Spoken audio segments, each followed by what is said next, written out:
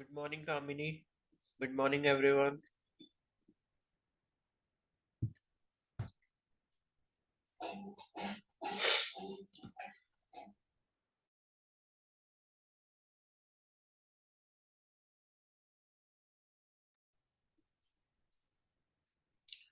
Good morning, Asta. Good morning, Sneha. Good morning, Diksha. Good morning, Kashish. Good morning, Shivani.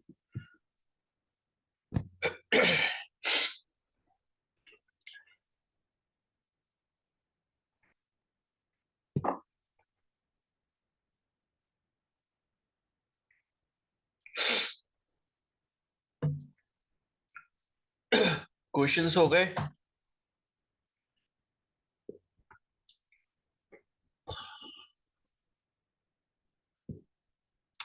Good morning, Divya. Questions कर लिए सभी ने?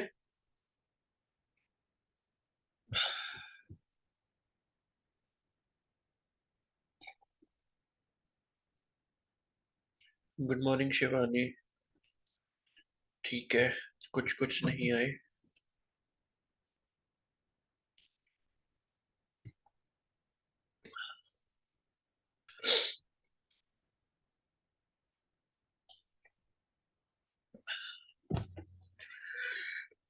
स्मृति, इतने दिन बाद कहाँ से आ रहे हो आप? ये बताओ, कहाँ थे आप? स्मृति तिवारी.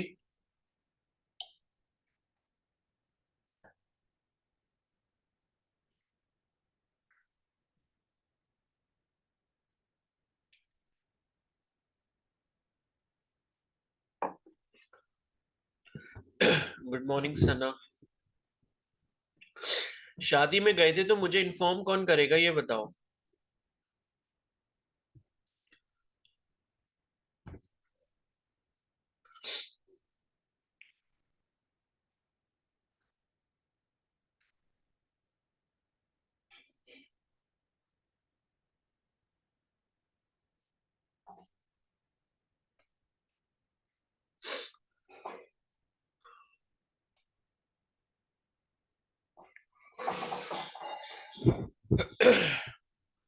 भाई रेगुलर हो जाओ, क्योंकि किसी भी दिन ना मैं, मतलब ग्रुप में से सब प्योरीफाई कर दूंगा, ठीक है?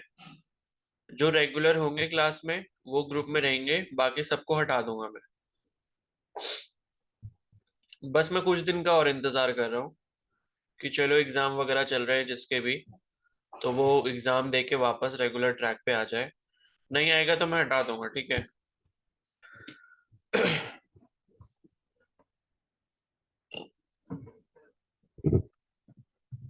चलो क्वेश्चंस डिस्कस कर लेते हैं.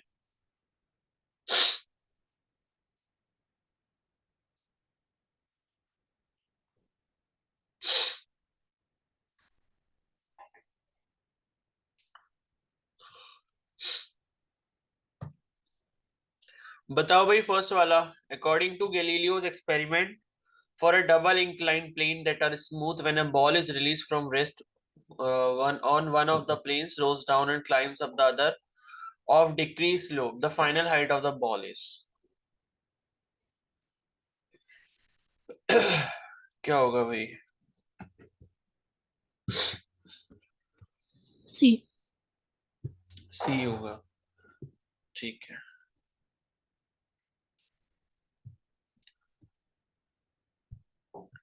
ठीक है, तो तनु आप बताएंगे कि सी कैसे होगा?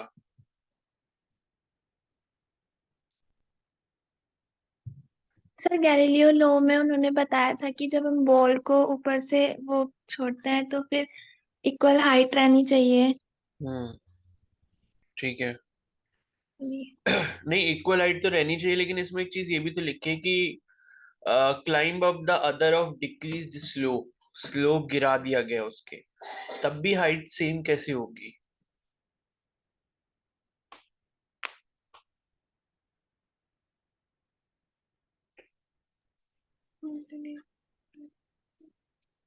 बताओ. सर क्लिम्ब अप है ना उसमें. क्या है? Climb up the decrease to final height of the ball.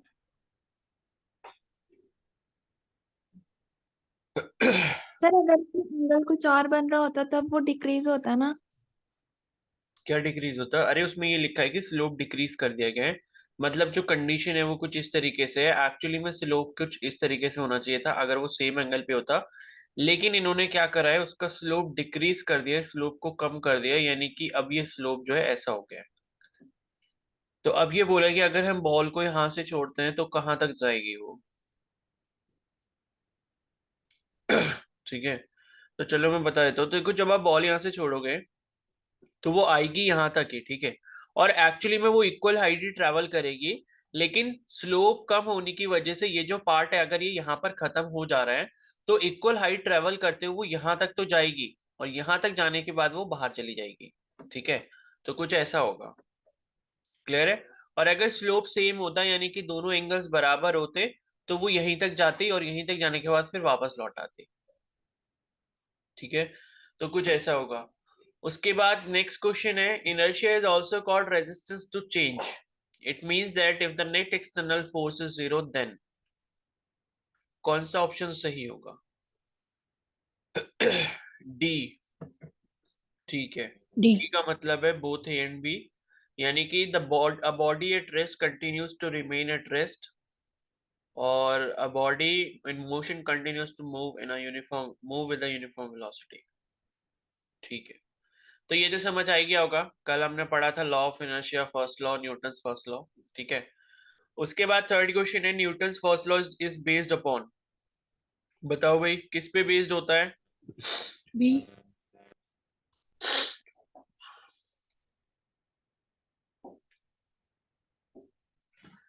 ठीक है, तो थर्ड का बी होगा, ठीक है। यहाँ पर देखो इन्होंने बोथ ए एंड बी का भी ऑप्शन दिए कंफ्यूज करने के लिए।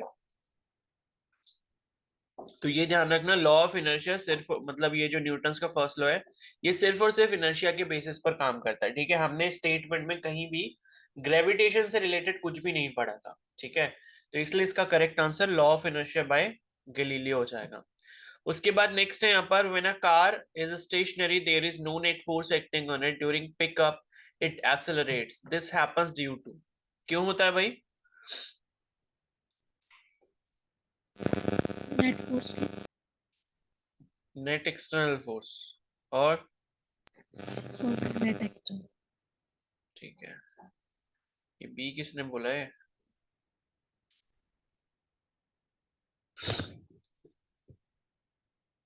दीक्षा बी कैसे होगा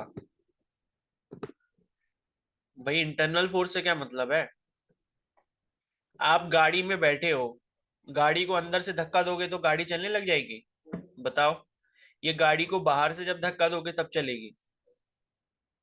गाड़ी के नो अंदर सर, बैठ, ए ही होगा। हाँ गाड़ी के अंदर बैठ के धक्का दोगे तो क्या होगा? कुछ नहीं होगा भाई, गाड़ी थोड़ी मूव करने लग जाएगी। एक्सटर्नल फोर्स चाहिए ना।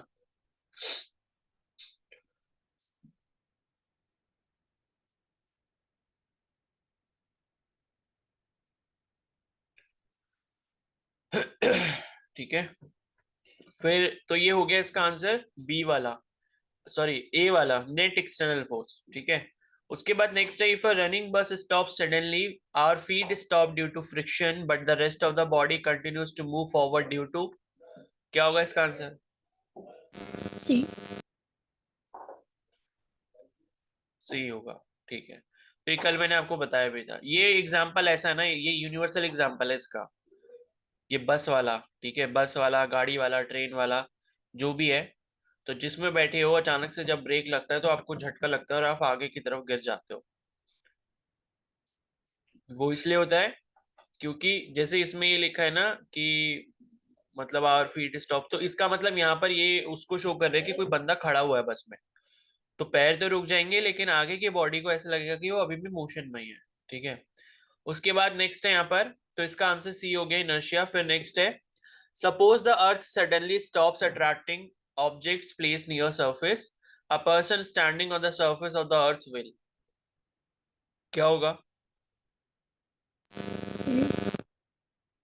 अगर मान लो अर्थ जो है वो अपना ग्रेविटेशन फोर्स बंद कर दे, ठीक है, तो अगर कोई सरफेस पे खड़ा है तो क्या होगा? ए, अच्छा, ए, ए कैसे लगाया है भाई इसमें?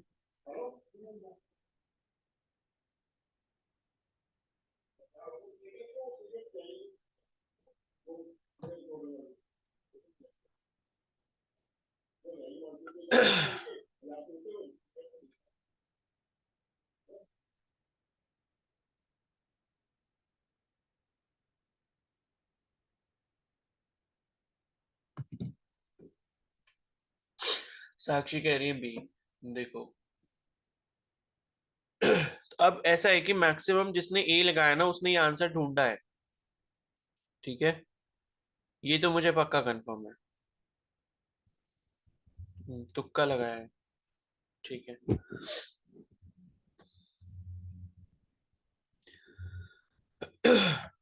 दीक्षा बताओ ए कैसे होगा? Yes sir. ए ऑप्शन कैसे होगा इसका आंसर? सर ये मैंने ऐसे ही लगाया है, ऐसे लगाया है, क्या मतलब कंफर्म नहीं है। पेपर में भी ऐसे ही लगाना? कंफर्म नहीं है। अच्छा,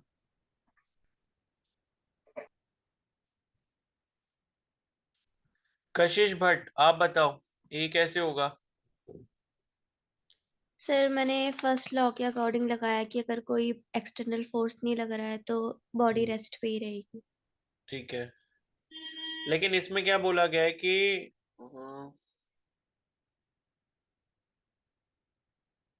लेकिन इसमें तो ये बोला गया है ना कि अर्थ पे मतलब ये है कि अर्थ ने अचानक से फोर्स लगाना बंद कर दिया। पहले तो मतलब फोर्स लग ही रहा होगा ना जब बंदा खड़ा होगा। तो फिर उसके साथ क्या हुआ, वो खड़ा क्यों रहेगा भाई? इनर्शिया की वजह से? नहीं सर तब गलत होगा ये।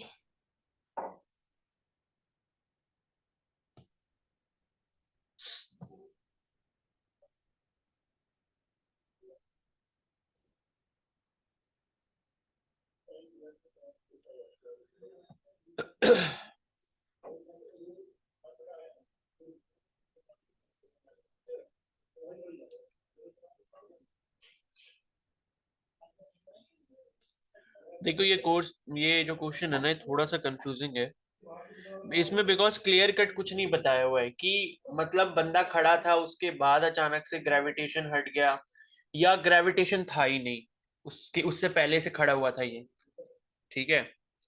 तो इसके बारे में मैं तो कुछ नहीं बोलना चाहूंगा। इसका जो सही आंसर है वो तो देखो ए ही दिया है कि रिमेन स्टैंडिंग, कि खड़ा रहेगा बंदा। लेकिन क्वेश्चन के अकॉर्डिंग कुछ क्लियर यहाँ पर है नहीं कि ग्रेविटेशन फोर्स अचानक से हट गया या पहले से हटा हुआ था, ठीक है, उसके बाद आके बंदा खड़ा हुआ। तो इसके बारे में मैं कुछ नहीं कह सकता। क्लियर है? तो सी तो देखो किसी हालत में नहीं होगा। और यहाँ पर ये है कि मुझे लगता है कि बी भी वैसे होना चाहिए था क्वेश्चन को पढ़कर, क्योंकि देखो क्या होता है जब ग्रेविटेशन हट जाएगा, क्योंकि अल्टीमेट जो फोर्स है आपको अर्थ पे स्टैंड करने के लिए, खड़ा करने के लिए, तो वो आपका ग्रेविटेशन फोर्स ही है। तो जब तक ग्रेविटेशन फोर्स लग रहा है तब तक आप खड़े रहोगे, या ग्रेविटेशन जैसे ही कम होगा या मान लो बिल्कुल खत्म हो जाता है तो मेरे हिसाब से तो आपको अर्थ से ऊपर की तरफ उठ जाना चाहिए, ठीक है। तो ये भी हो सर सकता है। आंसर तो बी होना चाहिए वैसे। हम्म, ए कैसे हो गया? क्योंकि हाँ सर वही तो मैं क्योंकि कह रहा हूँ ना। नहीं ए भी क्योंकि हो सडनली सकता है ग्रेविटेशन अगर, बाद में होती अगर है, ये पहले बोला हो, हटती है। अगर ये सर वो बोला कह होता रहे ना ना कि कि अर्थ सडनली स्टॉप हो रही है अट्रैक्टिंग करना ना। हाँ, नहीं अगर सडनली भी अगर ग्रेविटेशन हट जाएगा, अब जैसे मून पे जो एस्ट्रोनॉट्स जाते हैं तो भाई वो हवा में तो उड़ते हैं ना, मतलब काफी हल्का फील करते हैं ना जब उन पे ग्रेविटेशन की वैल्यू 1/6 हो जाती है अर्थ के कंपैरिजन में। तो ग्रेविटेशन तो जैसे जैसे फोर्स खत्म होता रहेगा या कम होता रहेगा, तो कोई भी अगर अर्थ पे खड़ा है तो वो धीरे धीरे उससे लिफ्ट अप होने लग जाएगा ना। बात ये है, ठीक है। But I am not sure कि मतलब ऐसा होना चाहिए। अब ये मतलब थोड़ा सा वैसा है कंफ्यूजिंग क्वेश्चन, ठीक है। तो अभी के अकॉर्डिंग इसका आंसर पहला वाला ही है, रिमेन स्टैंडिंग, कि वो खड़ा रहेगा। अब ये इसलिए भी बोल सकते हैं कि मान लो अर्थ ने अपना ग्रेविटेशन अगर खत्म भी कर दिया है तो बाकी कोई दूसरी बॉडी को ये मतलब कंसीडर नहीं कर रही, जो दूसरी बॉडी यहाँ पर फोर्स लगा रही होगी। मान लो अर्थ के आसपास जो बॉडीज है, जैसे मून हो गया, तो मून तो काफी दूर है, तो मून का इतना ज्यादा वो नहीं रहेगा पुल की अगर अर्थ ने अपना ग्रेविटेशन खत्म कर दिया तो मून खींचने लग जाएगा, ठीक है। तो वो कंडीशन में यहाँ पर एग्जिस्ट नहीं कर पाएगी बिकॉज मून काफी दूर है एंड मून का साइज भी काफी कम है अर्थ के कंपैरिजन में। तो इसलिए अभी के अकॉर्डिंग ए है इसका आंसर, रिमेन स्टैंडिंग, ठीक है। तो इसको ऐसे ही याद कर लो, काफी चर्चा हो गई इस पे, ठीक है। बाकी अगर मेरे को कुछ और इसका कुछ अच्छा सा सॉल्यूशन मिलेगा तो वो मैं आपको बता दूंगा। उसके बाद नेक्स्ट क्वेश्चन है, an astronaut accidentally gets separated out of his small spaceship accelerating in interstellar space at a constant rate of 100 meter per second square. What is the acceleration of the astronaut the instant after he is outside the spaceship? ठीक है, तो इसका क्या क्या है भाई? Spaceship में एक एस्ट्रोनॉट उड़ रहा है और उड़ने के बाद अचानक से वो स्पेसशिप से बाहर चला जाता है, तो फिर उस पे जो एक्सेलरेशन लग रहा होगा वो क्या होगा?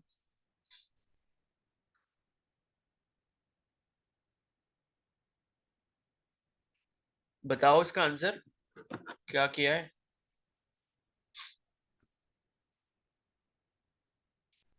एक एक क्या है श्वेता, और बाकी उन्होंने नहीं किया क्या?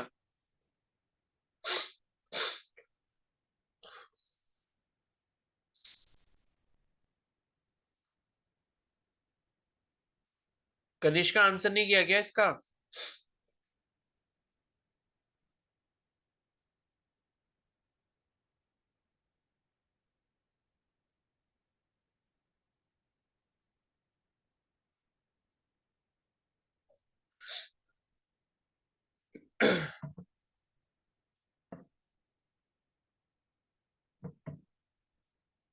देखो ये है कि स्पेसशिप में वो मूव कर रहा है एंड स्पेसशिप का जो एक्सेलरेशन यहाँ पर दिया है वो आपका मतलब एक कांस्टेंट एक्सेलरेशन है जो कि 100 मीटर पर सेकंड स्क्वायर का है, लेकिन उससे क्या होता है बाहर हो जाता है एस्ट्रोनॉट। ठीक है, तो अब खुद सोच के देखो कि बाहर अगर वो बाहर चला गया और वो स्पेस में है, ठीक है, अब स्पेस में हम ये मान के चल रहे हैं कि भाई अभी जो बॉडीज हैं इतनी कोई हेवनली बॉडीज नहीं होंगी जो उस पर इतना ज्यादा फोर्स लगाएगी उसको किसी चीज से एक्सेलरेशन मिलेगा। ठीक है, स्पेस का मतलब है कि लाइक प्लैनेट्स काफी दूर हैं या बड़ी बड़ी जो हेवनली बॉडीज है वो काफी दूर है उससे, और उसको जो है कोई भी अट्रैक्ट करने वाला इतना ज्यादा फोर्स होगा नहीं जिससे उसको एक्सेलरेशन मिल पाए। तो स्पेसशिप का तो एक्सेलरेशन जो था वो उसमें जो फ्यूल बर्न हो रहा था उसकी वजह से था, जैसे कि रॉकेट में होता है। अब जैसे ही वो अलग होगा उससे तो भाई उसके पास तो कुछ नहीं बचा ना, तो उसका जो एक्सेलरेशन है वो जीरो हो जाएगा। ठीक है, एक्सेलरेशन जीरो हो जाएगा और वो वहीं पर घूमता रहेगा बस अपनी एनर्जी को यूज करके। ठीक है, तो इसका आंसर जो है वो ए हो जाएगा, मतलब acceleration is equal to zero. Clear है ये सेवंथ वाला?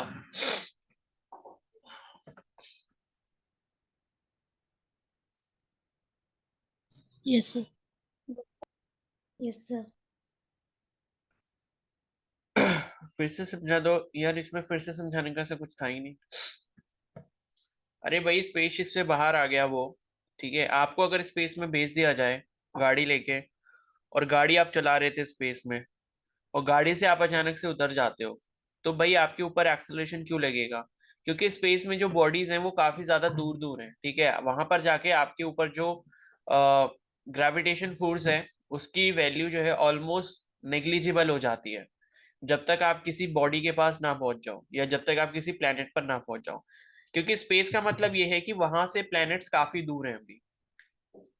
ठीक है, वहां पे जो प्लैनेट्स का ग्रेविटेशनल पुल है वो ऑलमोस्ट नेग्लिजिबल हो जाएगा। तो जब ग्रेविटेशन फोर्स नहीं लग रहा और एकमात्र फोर्स वहां पर ऐसा ग्रेविटेशन नहीं लग सकता आपके ऊपर और कोई तो लगेगा नहीं। अब ये तो है नहीं कि आप आयरन का सूट पहन के जाओगे और वहां पर मैग्नेट्स घूम रहे होंगे वो फोर्स लगाएंगे आपके ऊपर। ठीक है, या आपने कुछ ऐसा मतलब मैकेनिज्म अपने अंदर बिल्ड किया है कि आप खुद ही से एक्सेलरेट करने लग जाओगे, तो इस वजह से जो एक्सेलरेशन यहाँ पर होगा वो जीरो हो जाएगा, क्योंकि कोई भी एक्सटर्नल फोर्स आपके ऊपर नहीं लगेगा ना फिर। ठीक है, उसके बाद नेक्स्ट है अ portion of a meteor moving in a constant rate of 50 kilometre per hour get separated from its surface when it enter Earth's atmosphere. Find the velocity of the portion of meteor at that instant after it gets separated.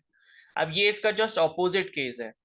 ठीक है, इसमें क्या कह रहा है कि एक meteor आया, मीटियोर मतलब जो आपके स्पेस से वो आते हैं ना, लाइक जो वहाँ ऑब्जेक्ट्स घूमते रहते हैं पत्थर वत्थर ये सब, तो उनके जो टुकड़े हैं, तो वो एक मीटियोर जो है वो आ गया है और वो अर्थ के एटमॉस्फेयर में अंदर घुस चुका है। अब ये बात इन्होंने बोल दी है कि जब वो अंदर घुस जाता है अर्थ के एटमॉस्फेयर में तब उसकी जो स्पीड है या जो वेलोसिटी है वो 50 किलोमीटर पर आवर की है।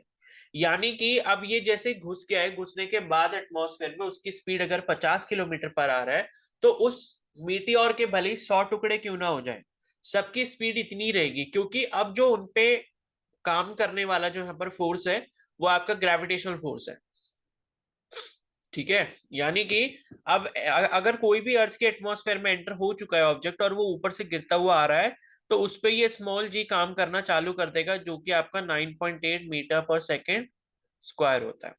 ठीक है, और अभी आप ग्रेविटेशन वाला जब चैप्टर पढ़ोगे ना, तो उसमें आप देखोगे कि ये जो स्मॉल जी की वैल्यू है ये कभी भी मास पर डिपेंड नहीं करती ऑब्जेक्ट के। आप कोई भी ऑब्जेक्ट गिराओ, आप भले ही आसमान से एरोप्लेन को गिराओ या एक कॉइन को गिराओ, दोनों पर जो एक्सेलरेशन लग रहा होगा वो ये लग रहा होगा। अगर एक्सेलरेशन सेम लग रहा है, ठीक है, तो अगर हम मतलब मोटे मोटे तौर पे देखेंगे तो फोर्स जो है वो मतलब, अगर ये मीटियोर की बात करते हैं, क्योंकि मीटियोर है उसका एक टुकड़ा गिरा है, तो मीटियोर और मीटियोर का टुकड़ा कोई ज्यादा डिफरेंस नहीं होगा उनके मासेस में। तो इसका मतलब ये है कि यहाँ पर जो फोर्स लग रहा होगा लगभग लगभग सेम लग रहा होगा, ऑलमोस्ट इक्वल। इक्वल एग्जैक्टली नहीं होगा, ऑलमोस्ट इक्वल होगा। ठीक है, तो इस वजह से जो है यहाँ पर जो वेलोसिटी है उस टुकड़े की वो भी 50 किलोमीटर पर आवर की होगी। ठीक है, समझ गए?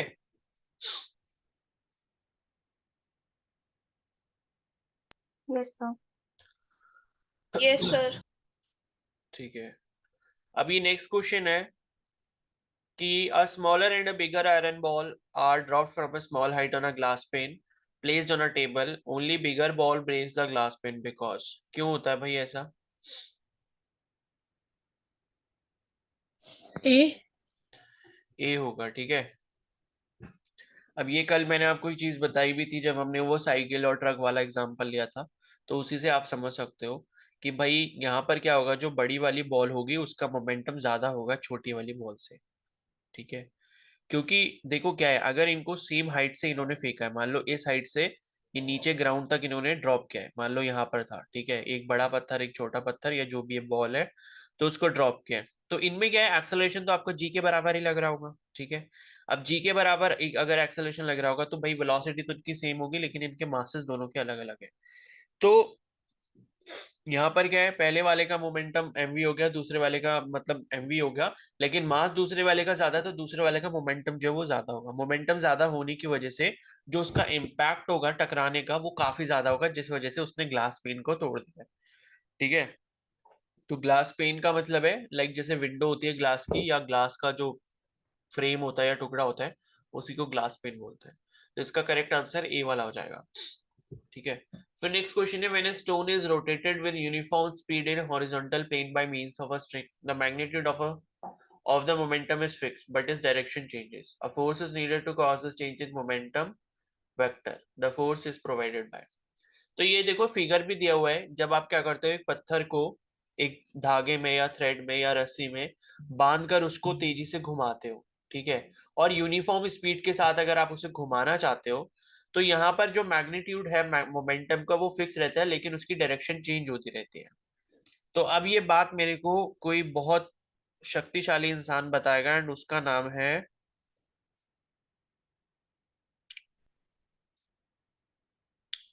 कौन बताएगा भाई?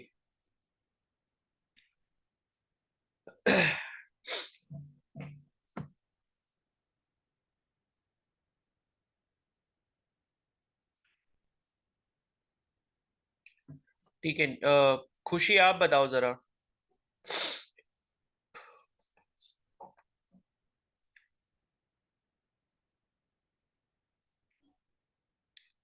खुशी आवाज आ रही है? Yes sir. बताओ। ये बोल रहा है कि भाई मोमेंटम फिक्स रहता है लेकिन उसकी डायरेक्शन जो चेंज रहती रहती है। मोमेंटम का जो मैग्नीट्यूड है वो कांस्टेंट रहता है लेकिन डायरेक्शन चेंज होती है। तो क्यों होती है, किस वजह से होती है?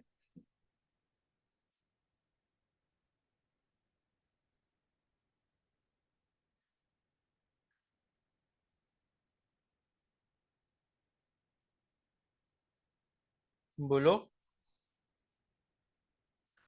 कल आई थे क्लास में? No sir.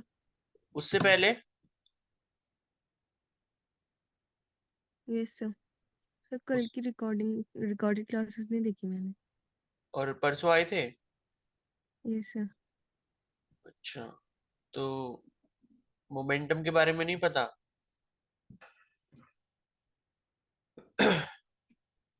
देखो यहाँ पर जो दिया है मोमेंटम के बारे में बोल रहा है ना कि मोमेंटम का मैग्नीट्यूड फिक्स होता है लेकिन उसकी डायरेक्शन चेंज होती रहती है।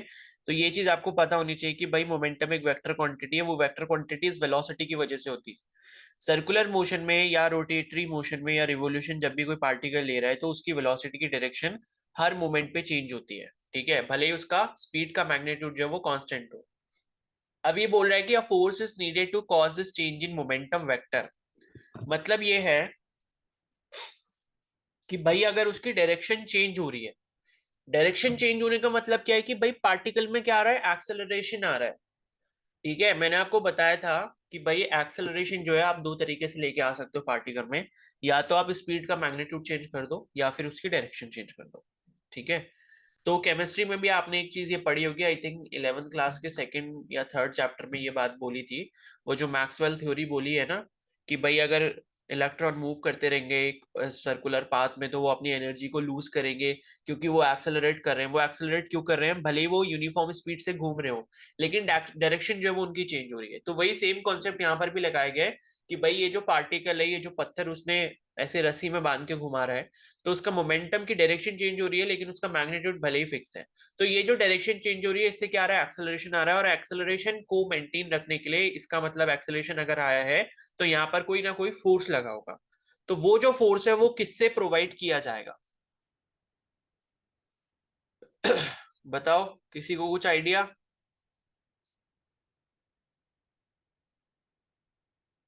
सेंट्रीपिटल। हाँ सेंट्रीपिटल तो है, लेकिन इसमें ऑप्शन के अकॉर्डिंग क्या होगा?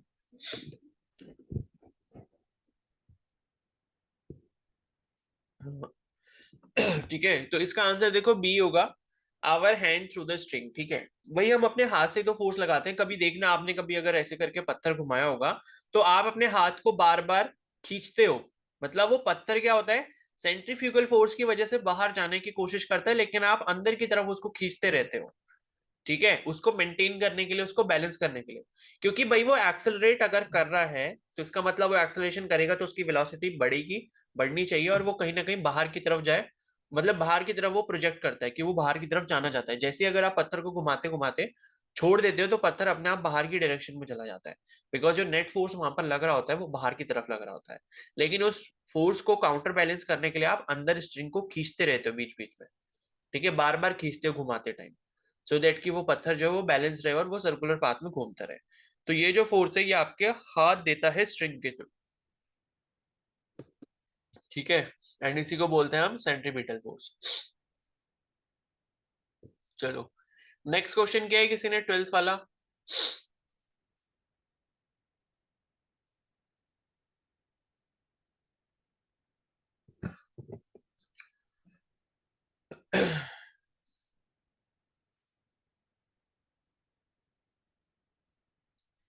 ए बोल रहे हो, ठीक है, साक्षी ने बी बोला है, ए।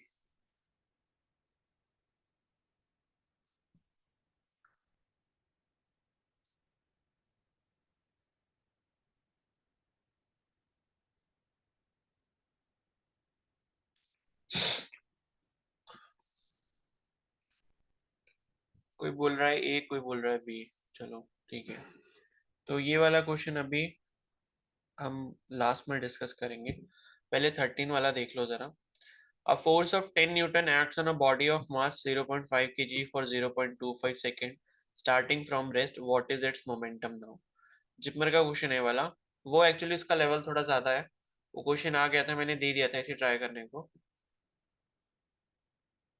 तो ये वाला क्वेश्चन बता दो भाई, आपको बताना है यहाँ पर what is it's momentum now. Momentum और फोर्स के बीच में हमने कल रिलेशन पढ़ा था एज पर सेकंड लॉ, उसी को यहाँ पर यूज करना है। ठीक है,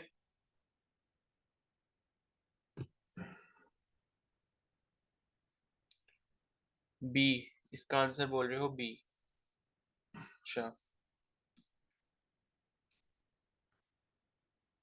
ठीक है, तो देखो पहले हम जो जो गिवन है ना वो सारी चीजें लिख लो, क्या क्या दिया हुआ है, उससे आपको पता ये लग जाता है कि भाई हमें कौन सा रिलेशन यूज करके क्या चीज कैलकुलेट करनी है। ठीक है, तो यहाँ पर लिखा है force of 10 Newton acts on a body. तो फोर्स आपको यहाँ पर दिया है 10 न्यूटन के बराबर,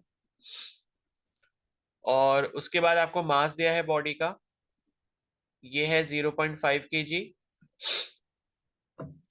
फिर दिया है टाइम 0.25 सेकेंड, इतने टाइम के लिए जो है ये फोर्स एक्ट करता है। और स्टार्टिंग फ्रॉम रेस्ट, यानी कि इसकी जो इनिशियल वेलोसिटी है वो आपकी 0 है। ठीक है, और अब आपसे ये पूछा है कि भाई इसका जो मोमेंटम है वो क्या होगा। ठीक है, तो ये चीज पूछी है। तो देखो मोमेंटम अब क्या होगा, इसका मतलब ये है कि 0.25 सेकंड जब कंप्लीट हो चुके हैं उसके बाद मोमेंटम क्या होगा, यानी कि फाइनल मोमेंटम क्या होगा। इनिशियली कुछ ना कुछ उसका मोमेंटम रहा होगा। ठीक है, तो ये चीज हो गई। अब हमें एक रिलेशन ये पता है, कल हमने जो पढ़ा था वो था आपका F is equal to d p by d t, या फिर आप बोल सकते हो delta p by delta t. ठीक है, डीपी बाई डी टी हम तब यूज करते हैं जब हमें अगर मान लो पी की कोई इक्वेशन दी होती टी के टर्म्स में, तब हम डीपी बाई डी टी कर सकते थे, सो दैट कि हम उसको डिफरेंशिएट कर लें। लेकिन यहाँ पर जो क्वांटिटीज है ये बड़ी दी है, इसलिए हम डेल्टा का जो साइन है वो यूज कर रहे हैं। तो डेल्टा हम तब यूज करते हैं बिकॉज जब हमें क्वांटिटी जो होती है मैग्नीट्यूड थोड़ा सा ऐसा दिया होता है जो थोड़ा बड़ा लगे। और डीपी बाई डी हम तब यूज करते हैं जब क्वांटिटी काफी ज्यादा छोटी हो या इंस्टेंट पे पूछी हो, किसी एक मोमेंट पर आपसे पूछी गई हो। ठीक है, तो F is equal to delta p by delta t हो जाएगा। और यहां से अगर आप मोमेंटम, चेंज इन मोमेंटम की वैल्यू निकालो तो एफ इंटू डेल्टा टी हो जाएगा। ठीक है, तो एफ इंटू डेल्टा टी हो गया। और उसके बाद यहाँ पर देखो आपको फोर्स की वैल्यू इन्होंने दी है और टाइम की भी वैल्यू दी है, बिकॉज इनिशियली टाइम 0 से स्टार्ट हुआ होगा और फाइनल टाइम जो वो 0.25 है, यानी कि फाइनल माइनस इनिशियल अगर आप करोगे तो 0.25 ही मिलेगी। तो डेल्टा पी को जो है मैं यहाँ पर P final minus p initial लिख सकता हूँ। इसी तरीके से एफ इंटू डेल्टा टी को मैं T final minus t initial लिख सकता हूँ। ठीक है, तो यहाँ पर जो है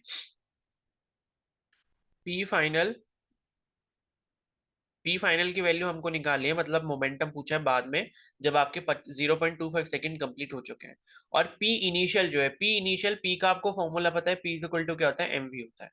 और यहाँ पर इनिशियल की अगर हम बात करें तो P is equal to m u कर सकते हैं इनिशियल वेलोसिटी के साथ। ठीक है, तो ये आपका हो गया एम यू, और इनिशियल वेलोसिटी की वैल्यू आपको यहाँ पर दी हुई है जो कि 0 होगी बिकॉज पार्टिकल रेस्ट से स्टार्ट हुआ था। तो इज इक्वल टू एफ हो जाएगा टी फाइनल यानी कि 0.25 सेकंड हो गया, माइनस टी इनिशियल यानी कि 0 सेकंड हो गया। तो p final minus m into u, mass आपको 0.5 kg दिया है और इनिशियल वेलोसिटी जो है वो आपको 0 दिया है, तो ये 0 हो गया। और एफ यानी कि फोर्स भी आपको दिया था कितना था, 10 न्यूटन था, और 0.25 माइनस 0 इज इक्वल टू 0.25 हो गया। ठीक है, तो यहाँ पर जो है पी फाइनल माइनस 0.5, ये तो 0 हो गया, is equal to 10 into 0.25 is 2.5। ठीक है, तो 2.5, अब यहाँ पर जो आपको ऑप्शंस में यूनिट दी हुई है वो न्यूटन पर सेकंड है, तो उसी को आप यहाँ पर न्यूटन पर सेकंड भी यूज कर सकते हो। ठीक है, तो न्यूटन पर सेकंड भी एक यूनिट होती है। अब ये वाली यूनिट कैसे आती है, बिकॉज आपको पता है अभी जो आपने पढ़ा ना, क्या बोलते हैं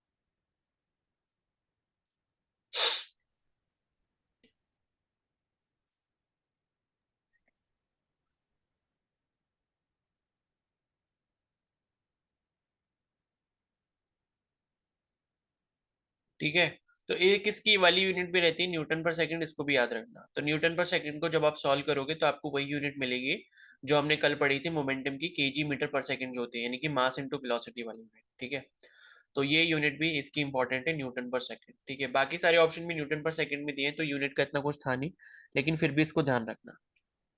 ठीक है, हाँ अगर हम एफ इज इक्वल टू ये वाला ऊपर वाला फॉर्मूला लगा देते तभी तो हमारा आंसर 2.5 ही आ रहा था। कौन सा फॉर्मूला?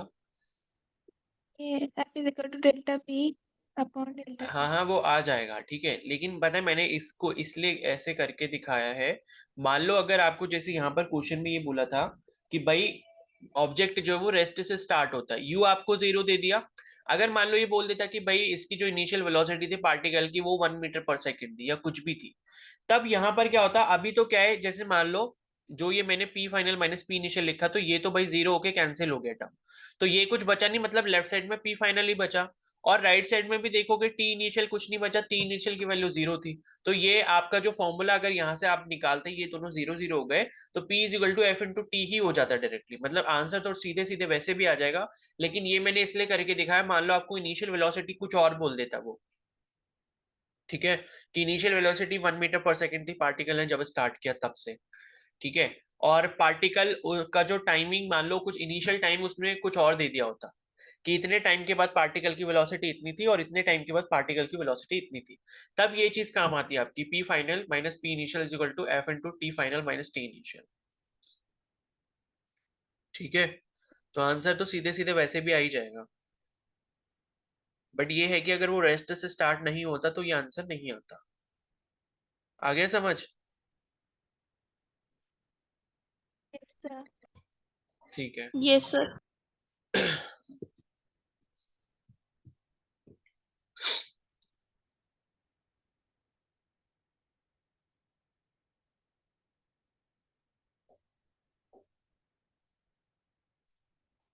ठीक है, और नेक्स्ट वाला जो क्वेश्चन है जिसमें आपको क्या दिया है, while launching a satellite of mass 10 to the power 4 kg, a force of 5 into 10 to the power 5 Newton is applied for 20 seconds. The velocity attained by the satellite at the end of 20 seconds is, ठीक है। तो ये भी वैसे ही concept को use करके होना है।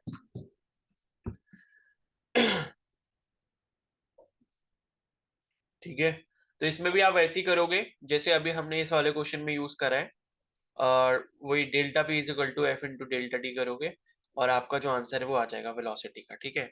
तो यहाँ पर जो है आपसे ये बोला है कि जो इसकी इनिशियल वेलोसिटी आई थिंक 0 दी है इसमें,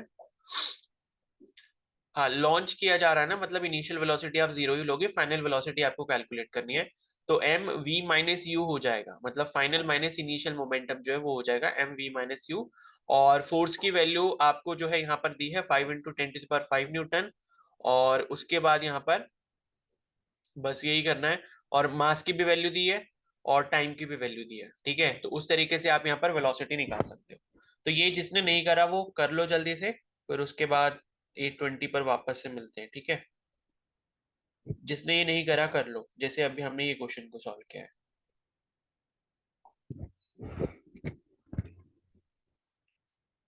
ठीक है, फिर 8:20 पे वापस मिलते हैं।